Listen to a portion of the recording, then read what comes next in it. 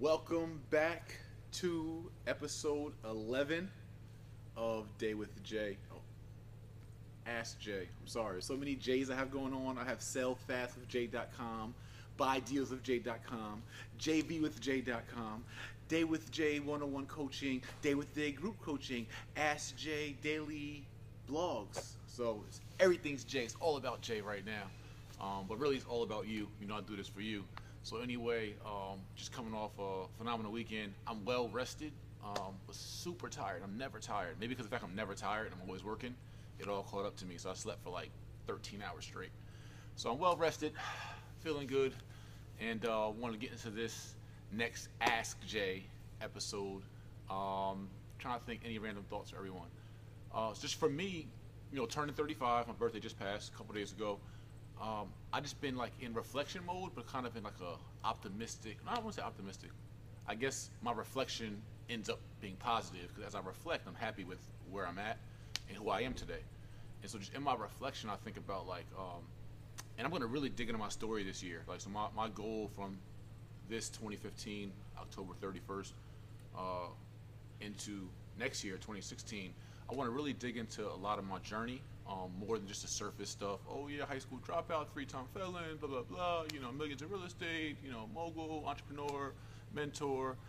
My story is way deeper than that, much deeper. And I want to really try to relate to a lot of youth, especially through our Young Minds Can initiative, who have gone through sexual abuse, physical abuse, emotional abuse, things within their home, trauma, etc. Things that I've experienced that I want to be able to relate back and just show them, even the young ones, the middle school, elementary school, high school, that no matter how hell-like, how tumultuous, how I don't say what's the word I'm looking for, just how screwed up your home life may have been, that you can bounce back and get to anywhere that you would like to go, even with a home life that has, you know, been challenging, right? So I want to just give everyone that like outside of my high school challenges and my young adult challenges, there were a lot of challenges as an adolescent that I had to fight through that really could have broke me. And so I guess in reflecting, I just thought about all the pain that I went through, all the poverty,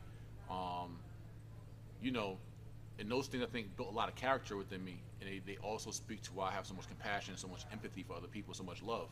Like, even in regards to my quest for civil rights for the black community, it's not just because I'm black, it's because I really feel the pain of the kids in Baltimore, the kids in Detroit, the kids in Chicago, the kids in Atlanta, and Houston, and Watts, and Compton, and Oakland, and Brooklyn, and Bronx, and Patterson, New Jersey, and Newark, New Jersey, and Camden, and Trenton, and Philly, and Boston, and Indianapolis, right? I really feel y'all pain. I really feel our pain as a people. I really empathize. My heart hurts. So I'm so adamant about the equality and civil rights of black people because we don't have it. We haven't gotten it. It's not fair. And it's not fair that kids should have to grow up walking to school seeing 60 abandoned houses and crackheads and dope fiends and violence in their neighborhood and killings every other, and there's a whole nother class of people that don't even see that. They don't even experience that. They have no idea what that's like. And so when you weigh our challenges versus the challenges of other classes, it's not just race because it's an economic class as well. It's just such a gap. And so I can't live my life just being happy or cool that I made it to this other class or this other wealth gap or whatever, or you know what I'm saying, progression of wealth and finances or even culture. It's like, nah, I got to come back and help save my people. So that's just my reflection. You know what I'm saying? So like I'm all in. But anyway, not to get too deep on us real quick, but that's just like, you know, from heart to heart how I feel. We'll get to our Ask Jay questions starting now. Let's go. Okay. The first question is from @Rastaman_Nate on Instagram. He asked, I have to make a speech in class on why black people should invest in black businesses. Could you give me a root understanding a little bit and how many benefits is there in doing so? A very good question, Rasta Man. That's from Instagram? Yes. A very good question. First and foremost, I had the same discussion with white friends of mine, Jewish friends of mine, black friends of mine, and other colleagues about, you know, why invest in black business? Why be so intentional about spending money with black business? And one of my friends even said, isn't that racist? I said, no, it's not racist, because when you look at it, a couple of reasons I'm going to give, and it's just tons, so Roster, man, you got to do your own research, but I'm going to give you some key points. One, is the easiest of all is that black people, who are considered African Americans in America, have been the poorest nationality of people ever since their existence here in America. So if you have a people, a class of people, a nation of people who are the poorest, it would only be right to help elevate them and stimulate their economy. And it will only be right for those who are black, right, who have this melanin in their skin, this African heritage, right? So we know I took my DNA test and I'm 73% African, Benin and Togo, 24%, right, and 13% Nigerian, and Bantu, 18% Bantu as well. So anyway, as African descendants, we're over here in America and we see that our people are the poorest. Wouldn't it be wise of us to try to stimulate our own economy and boost our nation, our culture, our brothers and sisters up? Just like if we were Jewish, or if we were Greek, or if we were Russian, and we were here in America, the poorest for 396 years, literally, the poorest, every year after year after year, wouldn't those Jewish people, or those Greek people, those Italian people, or those Asian people, Korean, Japanese Americans, whoever, wouldn't have enough common sense and wit and wisdom about themselves to pump money into their own community, as they already do, and are not even the poorest?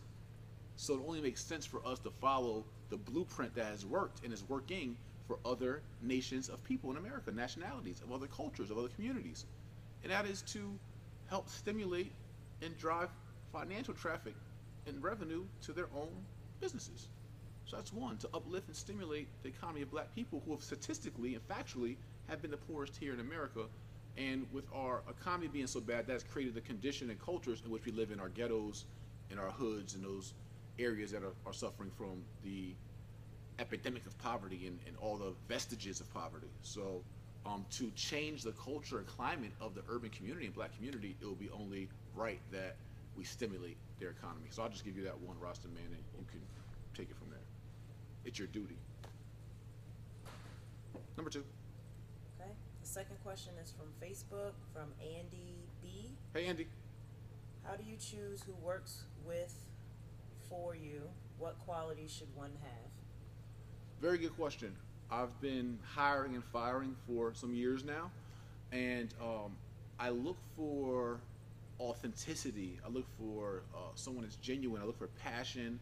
I look for consistency, probably just as more than all those things. Because you can be passionate and be like, Jay, I really want to work with you. I want to work for you. I believe in the movement. And you could be all hype, and then 3 days later, you're like playing a video game. So I look for those. Like Chris Darden is a prime example, who came in as a social media intern for YMC and worked his way all the way up to a C-level executive within my company just by being super consistent. I mean, he never took a day off. I mean, he never fell off. I never had to call Chris like, hey, yo, what's up? You BSing. I never had to give him that call. And he came in with other people that were right aligned with him, and he just surpassed all of them because of his consistency and his work ethic. So like I would just say consistency is what I look for the most, and then authenticity, because you can be consistent with me, but you could be being fake and consistent. So you're right by my side, and and you want to be in all the pictures, and you want to be in all the clubs, and you want to be at all the fancy events, and you want to do all the cool and fancy stuff. But when it's time to grind down and get the work, you know that's not for you. You're not consistent in regards to understanding like what we're about. Like there's times where we do some extravagant or fun or cool or some memorable things, and there's times where it's boring and it's just hard work and it's grunt work and it's getting your hands dirty and there's no flying out, there's no traveling, there's no nothing, it's just work. And like so that's the core of my business and the core of my brand and the core of my success. It's just work, like ugly hard work, up 7 in the morning, up till 2, 3 in the morning, like doing videos every day, doing videos after this, reading, writing, sending email edits in, being a part of other organizations on other boards, just work, deals going, Jay Morrison Real Estate Partners over here, YoungMindsKen.org over here, Black Tea Party over here, Jay Morrison Academy over here, relaunched 5 new courses, looking at a deal over here, got an asset managed client over here, 6 coaching clients over here, just work. And if you're not someone that's down and just work, then there's no way that you can consistently work. There's no way that you can consistently be a part of my brand and my company. So that's what I look for. I look for consistency, I look for work ethic, I look for passion, authenticity. And that's just in general, I'm saying, no shots to nobody. Okay. And you guys see I do my my dance. That dance was originated in Craft, which is a detention center, right? It's a jail, prison in Trenton, New Jersey. And whenever you are an inmate in a county jail in New Jersey, before you go to state prison, they send everyone to Craft. It's a reception center. And from Craft, you kind of get like your number, your clothes, and you go out to whatever prison you're going to go to. So while I was in Craft, in 24-hour lockdown in the cell with some dude from Jersey City, some king from Jersey City that I didn't know, when you're in a cell for 24 hours with somebody, you guys get pretty friendly no matter what. It's like you're bored. You got 24 hours a day locked in the cell with another guy. So he was about to come home, and he was like, I forgot his name. He was cool, though. He's a cool dude. Cool king. He was like, I'm about to come home, about to do my come home dance. And then ever since then, that's just like the come home dance, like celebration dance. It's like, that's the come home dance. I'm locked up in prison, I'm about to come home. You gonna celebrate. So when you see me do that, that's the come home dance. That's my, I'm feeling good right now. But that's all. Side note. Next question. Okay, the next question is also from Facebook from Cache Snedden. If Spike Lee were to make a movie on your life, what actor would you want to play you? If Spike Lee were to make a movie on my life, what actor would I want to play me? Man.